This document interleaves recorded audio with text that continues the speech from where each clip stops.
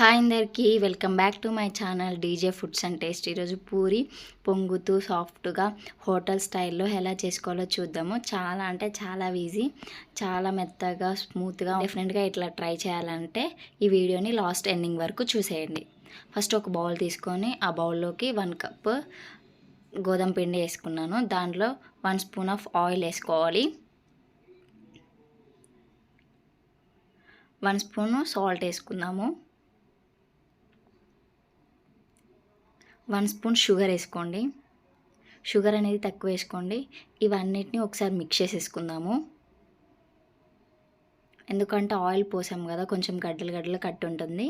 ఒకసారి మిక్స్ చేసుకున్న తర్వాతనే మనం ప్రాసెస్లోకి వెళ్దాం. ఇప్పుడు ఏంటంటే నేను ఒక గ్లాసు పాలు తీసుకున్నాను. పాలతో మిక్స్ చేస్తే ఏంటంటే పూరీలు అనేది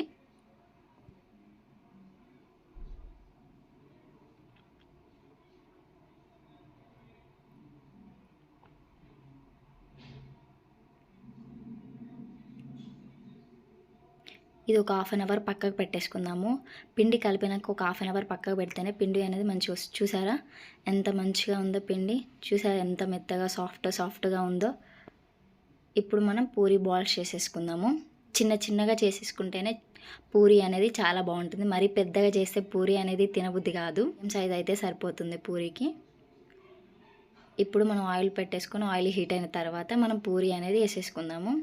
ఈ పూరి అనేది ఇట్లా ట్యాప్ చేస్తూ ఉంటే పూరి అనేది పొంగుకుంటూ వస్తుంది. చూసారా నా పూరి ఎంత బాగా పొంగిందో, అంత కలర్ఫుల్గా ఉందో.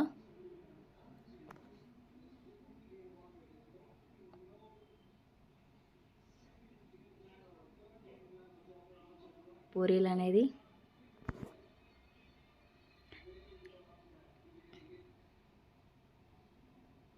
ఇట్లానే మొత్తం పూరి అనేది చేసేసుకోవాలి. మంచిగా పొంగాయో పూరి కూడా సాఫ్ట్గా మెత్తగా జ్యూసీగా ఉంది. పూరి అనేది చాలా అంటే చాలా బాగుంటుంది. ఈ వీడియో మీకు నచ్చినట్టయితే please do subscribe my channel DJ foods and taste.